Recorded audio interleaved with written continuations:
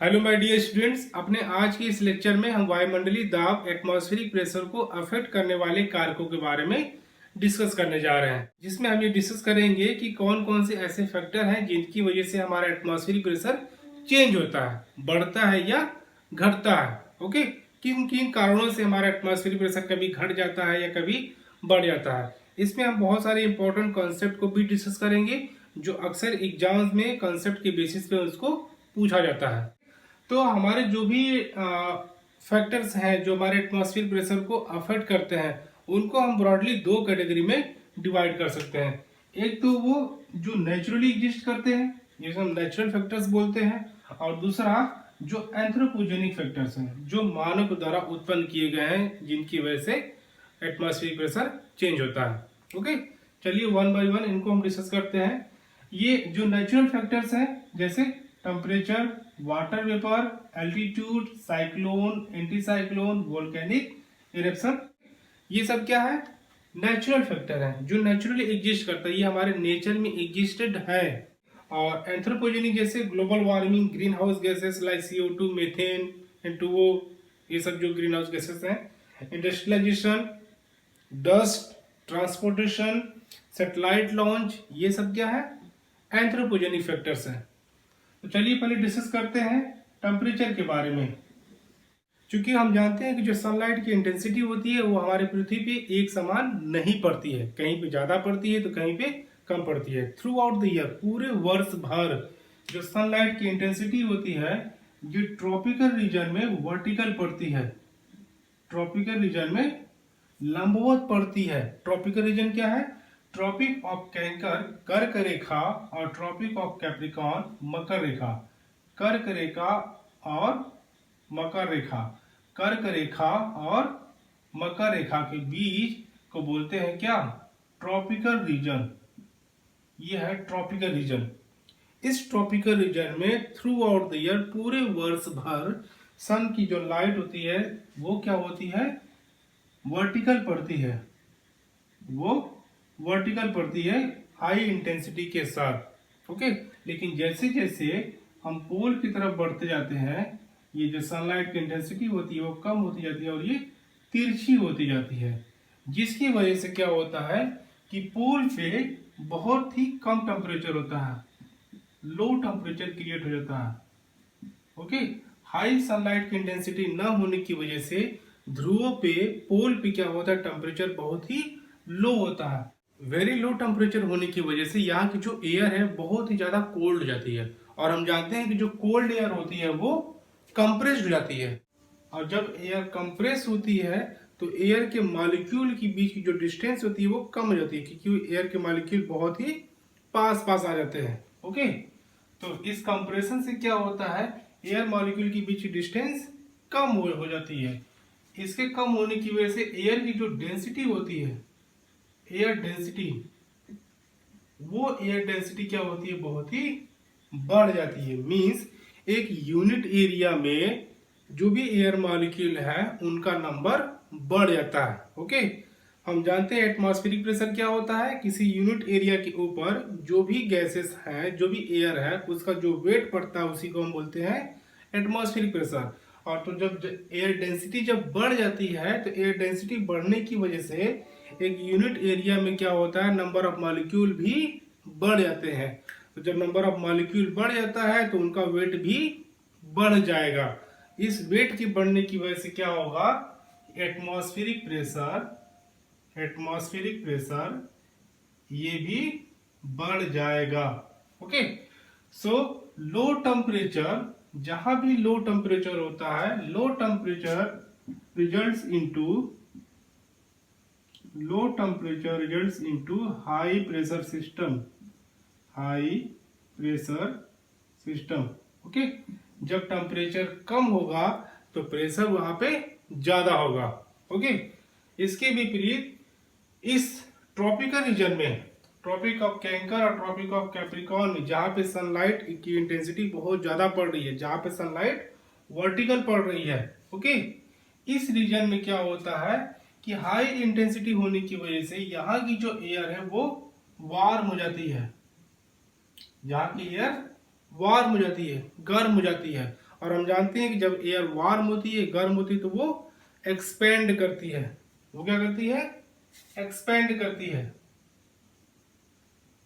इस एयर में एक्सपेंशन होने लगता है, और जब एयर एक्सपेंस होती है तो दो एयर मॉलिक्यूल के बीच की जो डिस्टेंस है वो बढ़ जाती है। ओके, उसकी बीच की डिस्टेंस बढ़ जाती है, मींस उसकी डेंसिटी क्या होगी? उसकी डेंसिटी भी कम हो जाती है। मींस किसी यूनिट एरिया में जो नंबर ऑफ एयर मॉलिक्यूल्स हैं, गैसेस है, उनका नंबर कम हो जाएगा। जब उनका नंबर कम हो जाएगा तो उनका जो वेट है वो भी ऑटोमेटिकली कम हो जाएगा, जिसकी वजह से एटमॉस्फेरिक प्रेशर ये भी कम हो जाता है, लो हो जाता है, घट जाता है। इसीलिए हाई टेम्परेचर वाले रीजन में लो प्रेशर सिस्टम डेवलप हो जाता है। लो प्रेशर सिस्टम मीन्स कहने का मतलब क्या हुआ कि जब टेम्परेचर कम होगा, जब टेम्परेचर डिक्रीज होगा, जहां टेम्परेचर कम होगा वहां पे एटमॉस्फेरिक प्रेशर ज्यादा होगा, और जहां पे टेम्परेचर ज्यादा होगा वहां पे एटमॉस्फेरिक प्रेशर कम होगा, लो होगा। ओके, अब आपके लिए क्वेश्चन है, ये बताना है आपको, बहुत ट्रिकी क्वेश्चन है, कंसेप्ट बेस्ड है। अभी जो मैंने बताया, दोपहर के समय एटमॉस्फेरिक प्रेशर लो होगा या हाई होगा? ओके, दोपहर के समय जो एटमॉस्फेरिक प्रेशर है वो लो होगा या हाई होगा, ये आपको बताना है। During afternoon atmospheric pressure will be higher और लोअर। दोपहर के समय एटमॉस्फेरिक प्रेशर लो होगा या हाई होगा, बताइए। ड्यूरिंग आफ्टरनून, दोपहर के समय जो एटमॉस्फेरिक प्रेशर है वो कम होगा या ज्यादा होगा? ऑब्वियस सी बात है, जब दोपहर का समय होगा तो सोलर लाइट इंटेंसिटी बहुत ज्यादा होगी। हाई इंटेंसिटी होने की वजह से गैसेस वार्म होगी तो वो एक्सपेंड होगी, और एक्सपेंड होगी तो डेंसिटी होगी वो कम हो जाएगी, और जब डेंसिटी कम हो जाएगी तो उनका वेट भी कम हो जाएगा, तो एटमॉस्फेरिक प्रेशर क्या होगा? दोपहर के समय में जो एटमॉस्फेरिक प्रेशर होगा वो लो होगा। ओके, तो लो एटमॉस्फेरिक प्रेशर वहां होगा जहां पे हाई सोलर लाइट की इंटेंसिटी होती है। ओके, इसके विपरीत अगर रात के समय में देखें, ड्यूरिंग नाइट टाइम, तो बहुत ज्यादा टेम्परेचर तो कम नहीं होता, बट कंपेरेटिवली अपेक्षाकृत टेम्परेचर कम हो जाता है, तो गैसेस का एक्सपेंशन कम हो जाता है, तो डेंसिटी कंपेरेटिवली बढ़ जाती है। ओके, डेंसिटी बढ़ जाती है, तो रात के समय में इसीलिए जो एटमॉस्फेरिक प्रेशर होता है वो थोड़ा सा बढ़ जाता है, हायर हो जाता है। ओके, इसी तरह टेम्परेचर के बेसिस पे आप बहुत सारे कंसेप्चुअल क्वेश्चन सॉल्व कर सकते हैं। एक क्वेश्चन मैं पूछ रहा हूं आपसे, इसका आंसर मैं आगे दूंगा। जैसे पोल पे लो टेम्परेचर होता है, okay, high pressure system develop होता है, और इक्वेटर पे ट्रॉपिकल रीजन में टेम्परेचर हाई होता है, ज्यादा होता है, लेकिन प्रेशर कम होता है। ओके, तो इन दोनों जगहों पे, पोल पे और ट्रॉपिकल रीजन में एटमॉस्फेरिक प्रेशर, वायुमंडलीय दाब ड्रास्टिकली कहाँ चेंज होगा? ओके, वायुमंडलीय दाब में जो परिवर्तन होगा, चेंज होगा, वो बहुत तेजी से कहाँ होगा? इस पोल पे होगा या ट्रॉपिकल रीजन में होगा? बहुत ही ट्रिकी क्वेश्चन है। जो मैंने कॉन्सेप्ट अभी आपको एक्सप्लेन किया उसी के बेसिस पे आपको बताना है कि पोल पे जो एटमॉस्फेरिक प्रेशर है वहां पे ड्रास्टिकली चेंज होगा, बहुत तेजी से चेंज होगा, या ट्रॉपिकल रीजन में चेंज होगा। ओके, किस जगह? इन दोनों में से, पोल पे और ट्रॉपिकल में, इन दोनों जगहों में से, पोल, ये नॉर्थ पोल, साउथ पोल, यहां ज्यादा तेजी से चेंज होगा या ट्रॉपिकल रीजन में ज्यादा तेजी से चेंज होगा, ये आपको बताना। ओके, सोचिए, आगे मैं इसको एक्सप्लेन करूंगा। जो नेक्स्ट नेचुरल फैक्टर है उसको हम वाटर वेपर या हिंदी में जलवाष्प भी कहते हैं। ओके, ये जलवाष्प हमारे वायुमंडलीय दाब या एटमॉस्फेरिक प्रेशर को कैसे इफेक्ट करता है, चलिए देखते हैं। क्योंकि वाटर वेपर हम जानते हैं एक मेजर कंपोनेंट वाली गैस है। ओके, जो भी हमारे एटमॉस्फेयर में गैसेस है वो तीन तरह की तीन कैटेगरी में डिवाइड किए गए हैं। किसके बेसिस पे? उनके परसेंट वॉल्यूम के बेसिस पे, कि हमारे एटमॉस्फेयर में कौन सी गैस कितनी वॉल्यूम में प्रेजेंट है। ओके, जो गैस बहुत ज्यादा है उसको बोलते हैं मेजर कंपोनेंट। ओके, जो गैसेस कम है उसको बोलते हैं माइनर कंपोनेंट, और जो गैसेस बहुत ही कम है उसको बोलते हैं ट्रेस कंपोनेंट या ट्रेस कंस्टिट्यूएंट। ये सब हम अपने पहले और दूसरे लेक्चर दोनों में इसको डिस्कस बहुत अच्छे से किए हुए हैं। ओके, क्योंकि वाटर वेपर क्या है, एक मेजर कंपोनेंट है। ओके, ये मेजर कंपोनेंट है, ये हमारे मेजर कंपोनेंट में से एक गैस है, मेजर कंपोनेंट या कंस्टिट्यूएंट। ओके, हमारे मेजर कंपोनेंट वाली कौन कौन सी गैसेस है, ध्यान दीजिए। नाइट्रोजन जो 78.02% पाई जाती है। ऑक्सीजन ये 20.98% पाई जाती है, लगभग 21%।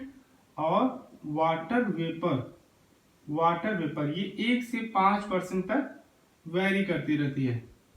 ओके, ये 1 से 5% तक वेरी करती रहती है। ओके, अब देखिए, जिस एयर में वाटर वेपर नहीं पाया जाता है, अगर हम सिर्फ ये देखिए, अगर इनको ध्यान से देखिए तो ये जो मेजर कंपोनेंट वाली गैसेस सिर्फ 3 गैसेस ही मिलकर के 99% बनाती हैं। 99% अगर यही गैसेस हैं, 99 या 100%, 99% से मतलब ज्यादा गैसेस हैं, इनको अगर ऐड करिए तो ये 99, अगर ये वाटर वेपर को 1% कंसीडर करेंगे तो ये 99% आएगा। तो ये मेजर कंपोनेंट मिलकर ही 99% बना दे रही है। मतलब कि हमारे एटमॉस्फेयर में अधिक से अधिक क्या है, नाइट्रोजन है, ऑक्सीजन है और जलवाष्प है। तो जब एयर में वाटर वेपर नहीं पाया जाता है, जब एयर में वाटर वेपर नहीं पाया जाता है, मान लीजिए हम सिर्फ इसकी विशेष बात कर रहे हैं, तो क्या क्या पाया जाएगा, नाइट्रोजन और ऑक्सीजन, नाइट्रोजन और ऑक्सीजन पाया जाएगा।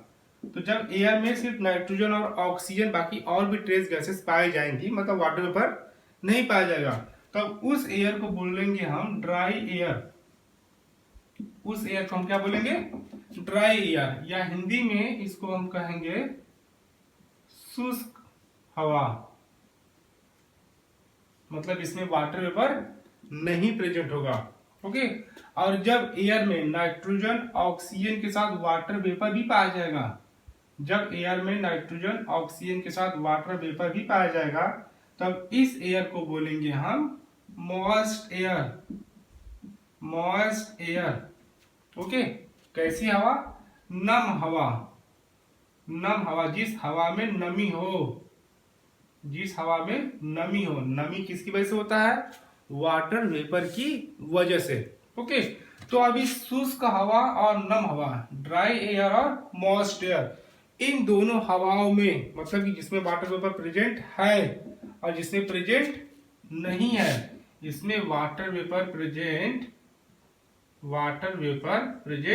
नहीं है, और इसमें वाटर वेपर प्रेजेंट है। तो जिस हवा में वाटर वेपर प्रेजेंट नहीं है या जिस हवा में प्रेजेंट है, ओके, इन दो हवाओं में जिसका वेट अधिक होगा, जिसका भार अधिक होगा, उसकी वजह से एटमॉस्फेरिक प्रेशर ज्यादा होगा। उसकी वजह से एटमॉस्फेरिक प्रेशर ज्यादा होगा। अब चलिए देखते हैं हम ये कैसे डिसाइड करेंगे कि किसका वेट ज्यादा है, किसका वेट कम है। मॉलिक्यूलर वेट की सहायता से जानेंगे। किसकी सहायता से, मॉलिक्यूलर वेट। ओके, मान लीजिए ड्राई एयर में हम 10 मॉलिक्यूल लिए, जिसमें nitrogen oxygen nitrogen oxygen nitrogen oxygen nitrogen oxygen nitrogen और ऑक्सीजन, 10 मॉलिक्यूल ड्राई एयर में और 10 मॉलिक्यूल मॉइस्ट एयर में, नम हवा में 10 ही मॉलिक्यूल लेंगे। Okay, nitrogen oxygen nitrogen oxygen, water vapour nitrogen oxygen water vapour और वाटर वेपर। ओके, इसमें देखिए ड्राई एयर में सिर्फ नाइट्रोजन ऑक्सीजन है और मॉइस्ट एयर में नाइट्रोजन ऑक्सीजन और वाटर वेपर भी है। ओके, अगर नाइट्रोजन का मॉलिक्यूलर वेट देखें, नाइट्रोजन का, तो ये इसका मॉलिक्यूलर वेट होता है 28। ऑक्सीजन का मॉलिक्यूलर वेट देखें तो इसका वेट होता है 32। ओके, और वाटर वेपर का मॉलिक्यूलर वेट देखें, वाटर वेपर का मॉलिक्यूलर वेट देखें तो इसका मॉलिक्यूलर वेट होता है 18। ओके, तो यहाँ पे 18 है, 18 वाला है नाइट्रोजन का, 28, ऑक्सीजन का 16। ओके, इसको ऐड करिए और इसको ऐड करिए, तो इस 10 मॉलिक्यूल का मॉलिक्यूलर वेट ऐड करिए और इस 10 मॉलिक्यूल का मॉलिक्यूलर वेट ऐड करिए। ओके, तो वाटर वेपर के प्रेजेंट होने की वजह से ये, क्योंकि ये कम मॉलिक्यूलर वेट वाला है, मान लीजिए इसमें 4 या 6 जितने भी वाटर मॉलिक्यूल, अगर एक ही मॉलिक्यूलर वेट है तो एक के कम मॉलिक्यूलर वेट हो जाने की वजह से ये नम हवा क्या हो जाएगी, लाइट हो जाएगी, हल्की हो जाएगी। मतलब जिसमें जितना ज्यादा वाटर वेपर वो एयर उतनी ही हल्की हो जाएगी, इसीलिए नम हवा ऊपर उड़ती जाती है। इसीलिए नम हवा की वजह से जब संघनन होता है तो बादल बनते हैं और बादल से फिर बारिश होती है। ओके, तो ये जो मॉइस्ट एयर है इसका जो वेट होगा वो कम होगा और जो ड्राई एयर है इसका जो वेट होगा वो अधिक होगा। ओके, तो जिसका वेट अधिक होगा उसकी वजह से एटमॉस्फेरिक प्रेशर भी ज्यादा लगेगा और जिसका वेट कम होगा उसकी वजह से एटमॉस्फेरिक प्रेशर भी कम लगेगा। ओके, समझ में आया? ड्राई एयर, मॉइस्ट एयर में जिसका वेट ज्यादा होगा उसकी वजह से एटमॉस्फेरिक प्रेशर ज्यादा लगेगा। तो जो नेक्स्ट नेचुरल फैक्टर है वो है एल्टीट्यूड। एल्टीट्यूड, जो नेक्स्ट नेचुरल फैक्टर है वो है एल्टीट्यूड।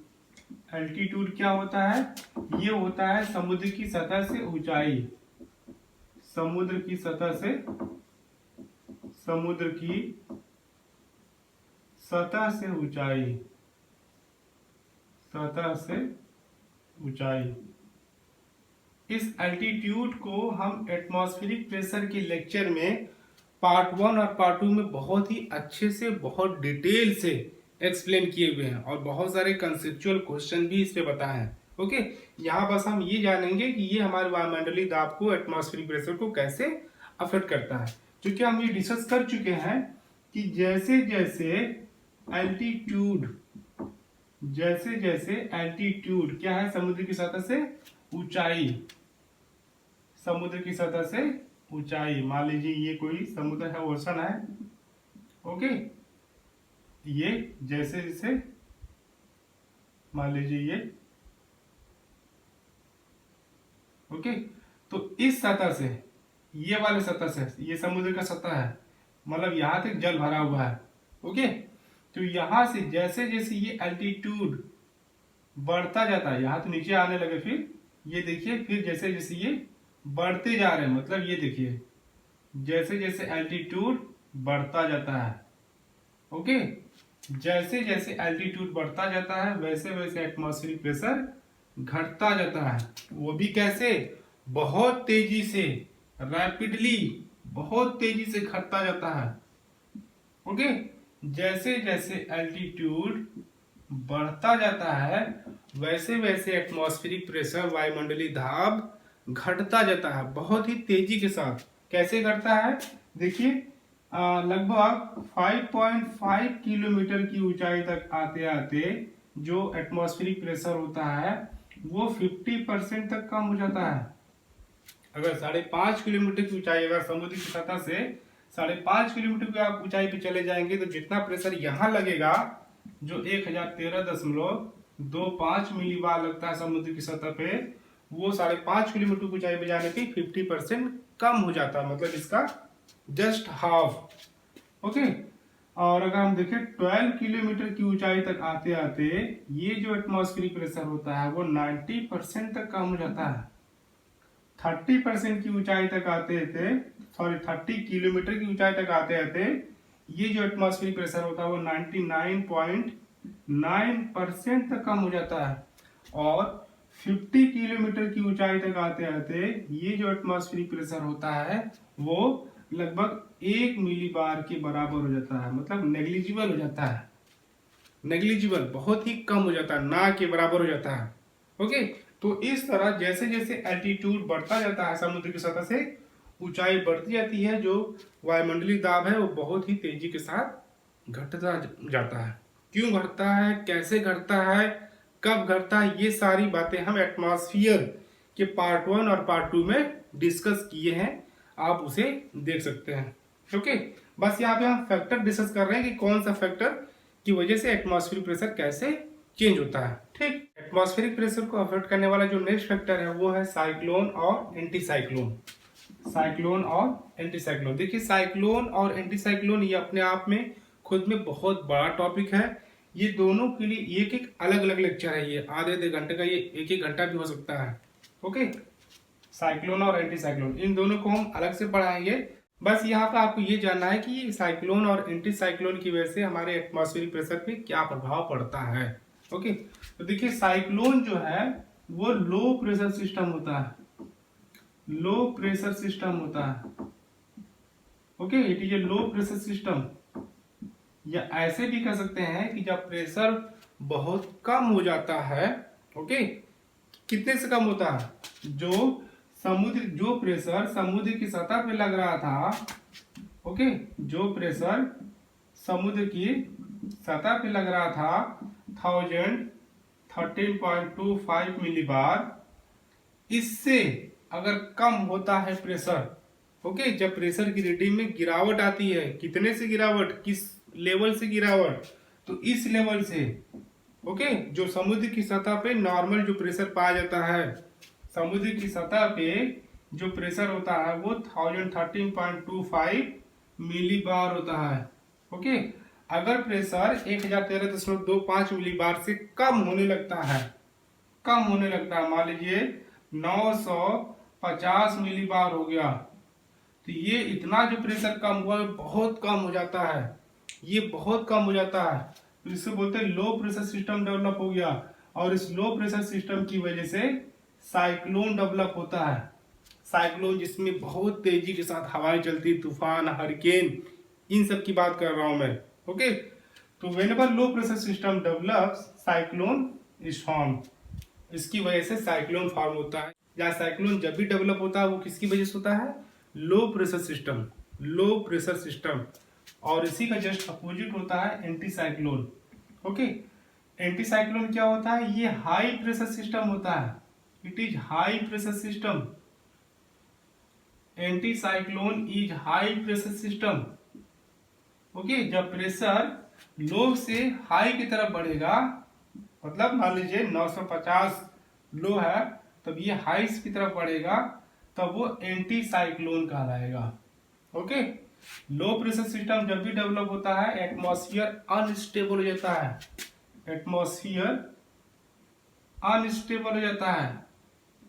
और जब एंटी साइक्लोन डेवलप हो जाता है तो ये जो एटमॉस्फेयर होता है वो स्टेबल हो जाता है, वो स्टेबल हो जाता है। ओके, बस यहाँ पे आपको ये ध्यान देना है कि साइक्लोन लो प्रेशर होता है, anti cyclone high pressure system होता है, बस। नेक्स्ट नेचुरल फैक्टर है वोल्केनिक इरप्शन, या इसको हिंदी में ज्वालामुखी विस्फोट भी कहते हैं। देखिए जब भी ज्वालामुखी का विस्फोट होता है, जब भी किसी ज्वालामुखी का विस्फोट होता है, इसमें से बहुत अधिक अमाउंट में गैसेस रिलीज होते हैं। ओके, इसमें से बहुत अधिक अमाउंट में गैसेस रिलीज होते हैं, गैसेस और डस्ट पार्टिकल्स और वाटर वेपर। ओके, बहुत अधिक अमाउंट में गैसेस निकलती हैं। तो जब भी ज्वालामुखी विस्फोट होता है इतने अधिक अमाउंट में गैसेस रिलीज होते हैं कि वो जिस एरिया में ज्वालामुखी विस्फोट होता है उसके ऊपर पूरा धुंधला सा छा जाता है, इवन कि सनलाइट भी नहीं पहुंच पाती है।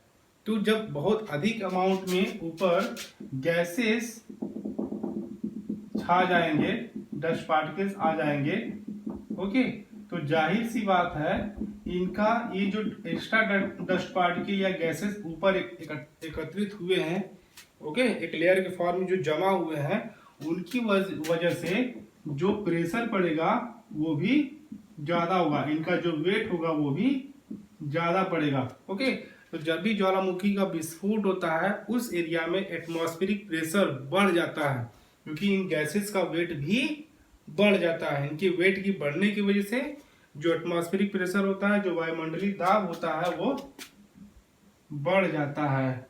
ओके, तो जब भी जो ज्वालामुखी का विस्फोट होता है उसकी वजह से क्या होता है, प्रेशर बढ़ जाता है। क्लियर। अब बात करते हैं एंथ्रोपोजेनिक फैक्टर की। ऐसे फैक्टर जो मानव द्वारा जनित हैं, जो मानव के द्वारा उत्पन्न जो फैक्टर हैं, जो कारक हैं, हम उनके बारे में बात कर रहे हैं कि जो जो फैक्टर मानव के द्वारा उत्पन्न हुए हैं वो फैक्टर कैसे कैसे वायुमंडलीय दाब को, एटमॉस्फेरिक प्रेशर को अफेक्ट करते हैं। ठीक है, चलिए बात करते हैं पहले ग्लोबल वार्मिंग की। ग्लोबल वार्मिंग देखिए, हम यहाँ पे इसको बहुत डिटेल में पढ़ने नहीं जा रहे हैं, हमको किससे फोकस करना है कि ग्लोबल वार्मिंग होने की वजह से एटमॉस्फेरिक प्रेशर कैसे चेंज होता है, ये इसको कैसे अफेक्ट करता है। ओके, हम उसके बारे में पढ़ेंगे। बस यहाँ पे इसको डेफिनेशन जानेंगे। ग्लोबल वार्मिंग क्या होता है? Global warming is the gradual increase in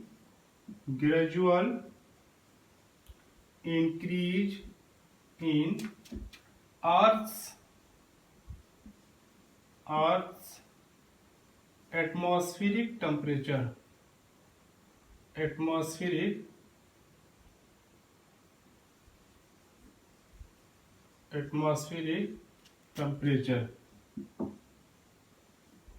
okay. Global warming सब कुछ जानता है, एक लेमैन भी बता देगा कि ग्लोबल वार्मिंग से पूरी पृथ्वी की जो एटमॉस्फेयर है उसका टेम्परेचर बढ़ रहा है, ग्रेजुअली ये बढ़ रहा है। ओके, धीरे धीरे ये क्या हो रहा है, टेम्परेचर अर्थ का बढ़ रहा है। ओके, आप टेम्परेचर पे फोकस करिए, टेम्परेचर क्या हो रहा है, बढ़ रहा है। जब भी टेम्परेचर बढ़ेगा, तो हम ये पहले भी एक्सप्लेन कर चुके हैं, जब टेम्परेचर बढ़ेगा तो गैसेस क्या होंगी, गैसेस विल एक्सपेंड, गैसेस क्या होंगी, एक्सपेंड करेंगी, फैलेंगी। ओके, गैसेस क्या करेंगी, एक्सपेंड करेंगी। जब गैसेस एक्सपेंड करेंगी तो उनके मॉलिक्यूल दूर दूर तक जाएंगे। ओके, गैसेस एक्सपेंड करेंगी तो मॉलिक्यूल दूर दूर तक जाएंगे, और जब ये दूर जाएंगे तो इनकी डेंसिटी क्या होगी, कम हो जाएगी। हम पहले बात कर चुके हैं, डेंसिटी कम हो जाएगी तो एटमॉस्फेरिक प्रेशर भी ये कम हो जाएगा, डिक्रीज होने लगेगा। ओके, जब भी अगर गैसेस एक्सपेंड की, वो गैसेस एक्सपेंड की, तब उनके मॉलिक्यूल दूर दूर हो जाते हैं, तो उनकी डेंसिटी कम हो जाएगी। एक निश्चित एरिया पे, एक यूनिट एरिया के ऊपर जो पाए जाने वाले जो गैसेस हैं, मान लीजिए ये अभी ये गर्म नहीं है, टेम्परेचर इनका बढ़ा नहीं है, लेकिन जैसे टेम्परेचर बढ़ेगा ये सभी गैसेस क्या होंगी, एक्सपेंड कर जाएंगी, ये गैसेस एक्सपेंड कर जाएंगी। तो इस यूनिट एरिया के ऊपर पड़ने वाला जो वेट है वो कम हो जाएगा, क्योंकि मॉलिक्यूल इधर चले गए, एक्सपेंड हो गए, कुछ इधर चले गए। ओके, तो गैसेस के एक्सपेंड होने की वजह से क्या होगा कि उनका वेट इस यूनिट एरिया पे, यहां देखिए, इनका वेट कम हो जाएगा, क्योंकि नंबर ऑफ मॉलिक्यूल कम हो गए हैं, डेंसिटी कम हो गई है। ओके, नंबर ऑफ मॉलिक्यूल या डेंसिटी कम हो जाने की वजह से वेट भी कम लगेगा। जब वेट कम लगेगा तो एटमॉस्फेरिक प्रेशर भी कम लगेगा। ओके, तो ग्लोबल वार्मिंग की वजह से एटमॉस्फेरिक प्रेशर क्या होगा, एटमॉस्फेरिक प्रेशर घट रहा है। ग्लोबल वार्मिंग की वजह से एटमॉस्फेरिक प्रेशर घट रहा है। इसको ग्लोबल वार्मिंग को CO2 कार्बन डाइऑक्साइड या ग्रीन हाउस गैस से भी पूछ सकता है। मान लीजिए अगर CO2 का कंसंट्रेशन बढ़ रहा है, ओके, CO2 का कंसेंट्रेशन बढ़ रहा है मतलब ग्लोबल वार्मिंग बढ़ रही है, मतलब CO2 बढ़ेगा तो टेम्परेचर भी बढ़ेगा। ओके, या ग्रीन हाउस गैसेस बढ़ेंगी तो वो भी क्या करेंगे, टेम्परेचर एब्जॉर्ब करती हैं। किस फॉर्म में, IR रेडिएशन के फॉर्म में। ये जो अर्थ है जो कूल होती है तो ये क्या करती है, इवनिंग टाइम में ये IR रेडिएशन एमिट करती है, IR रेडिएशन।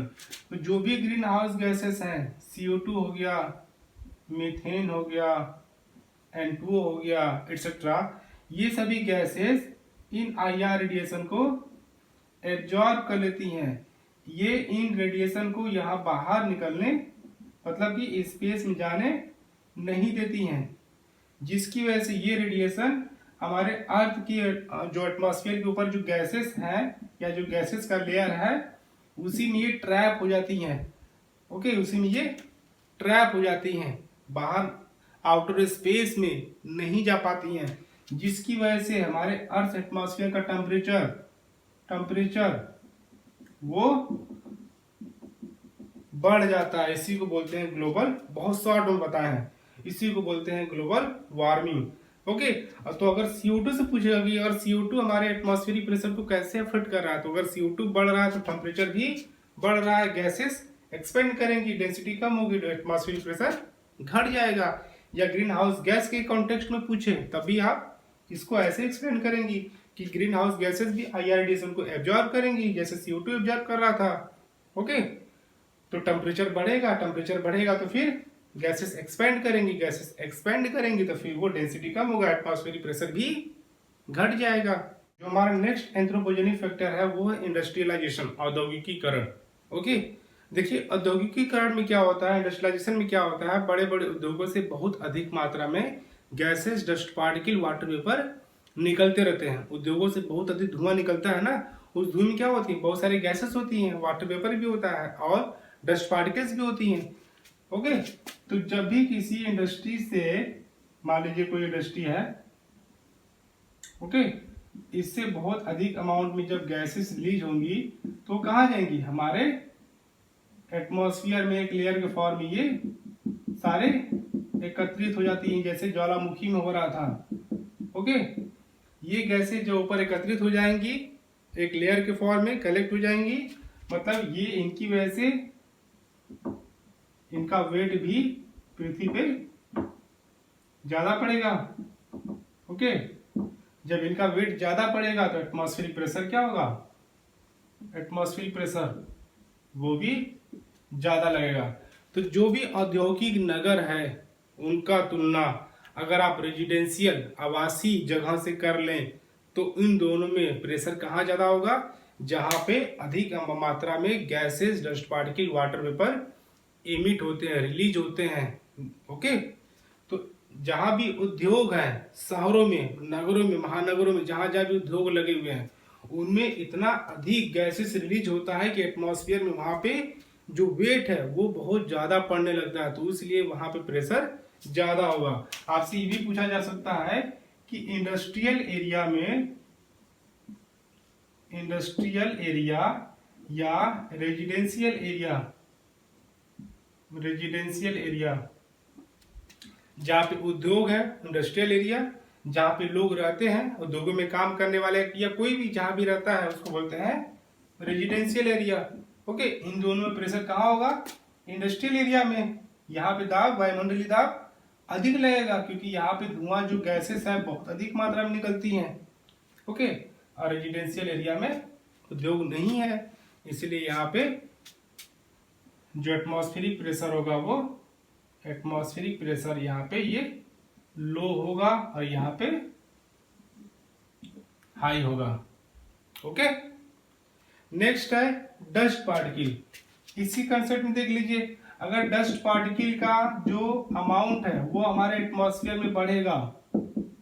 ओके, अगर डस्ट पार्टिकल का अमाउंट जो है हमारे एटमॉस्फेयर में अगर बढ़ेगा, डस्ट का, धूल कण का अमाउंट बढ़ेगा ऊपर, तो उनका वेट भी ज्यादा लगेगा। ओके, तो इनका वेट भी ज्यादा लगेगा और जब वेट ज्यादा लगेगा तो एटमॉस्फेरिक प्रेशर ये भी ज्यादा लगेगा। ओके, सेम इसी कंसेप्ट पे आप सैटेलाइट लॉन्च को भी डिस्कस कर सकते हैं कि जब भी कभी सैटेलाइट लॉन्च होता है उसमें से बहुत अधिक मात्रा में क्या होती है कि गैसेस एमिट होती हैं, रिलीज होती हैं। जब भी कोई सैटेलाइट लॉन्च होती है, सैटेलाइट छोड़ी जाती है, तब उसमें से बहुत अधिक मात्रा में गैसेस, डस्ट पार्टिकल्स वो सब रिलीज होते हैं हमारे एटमॉस्फेयर में। ओके, तो इनकी वजह से भी क्या होता है, एटमॉस्फेरिक प्रेशर बढ़ जाता है, एटमॉस्फेरिक प्रेशर बढ़ जाएगा। एक कंसेप्ट ध्यान रखिए कि अगर जब भी gases, dust particle, water vapour का नंबर, ओके, अमाउंट जब बढ़ेगा, उनका वेट भी बढ़ेगा, तो एटमॉस्फेरिक प्रेशर भी बढ़ेगा। ओके, अगर गैसेस, डस्ट पार्टिकल का या वाटर वेपर का अमाउंट कम होगा, ओके, गैसेस एक्सपेंड कर गई, ओके, तो उसकी वजह से एटमॉस्फेरिक प्रेशर कम लगेगा। तो ये है हमारे वायुमंडलीय दाब या एटमॉस्फेरिक प्रेशर को अफेक्ट करने वाले नेचुरल और एंथ्रोपोजेनिक, प्राकृतिक और मानव जनित फैक्टर। ये बहुत ही सिंपल चैप्टर था, लेकिन बहुत ही इसमें कंसेप्चुअल क्वेश्चन पूछे जाते हैं, जैसे वाटर वेपर के रिस्पेक्ट में, वोल्केनिक इरप्शन के रिस्पेक्ट में, साइक्लोन, एंटी साइक्लोन के रिस्पेक्ट में, global warming, methane, green house, ये जो गैसेस हैं इनके रिस्पेक्ट में बहुत सारे कंसेप्चुअल क्वेश्चंस आपसे पूछे जाते हैं। एल्टीट्यूड बहुत इंपॉर्टेंट है, ओके, कि कोई व्यक्ति पहाड़ी या हिली एरिया में है और कोई व्यक्ति प्लेन एरिया में है, किस एरिया में प्रेशर ज्यादा होगा। ये हिली एरिया ऊंचाई पे है, तो ये हायर एल्टीट्यूड पे है, समुद्र की सतह से ज्यादा ऊंचाई पे है, तो यहाँ पे एटमॉस्फेरिक प्रेशर कम होगा। ये मैदानी एरिया में है, प्लेन एरिया में है, ओके, ये समुद्र की सतह से कम ऊंचाई पे है, तो यहाँ पे प्रेशर ज्यादा लगेगा। ओके, तो इसी तरह के बहुत सारे कंसेप्चुअल बना करके आपसे एग्जाम्स में पूछे जाते हैं। तो आई होप आप सभी क्वेश्चन को इस तरह से कि जो भी कंसेप्चुअल क्वेश्चन पूछे आप उनको सॉल्व कर लेंगे।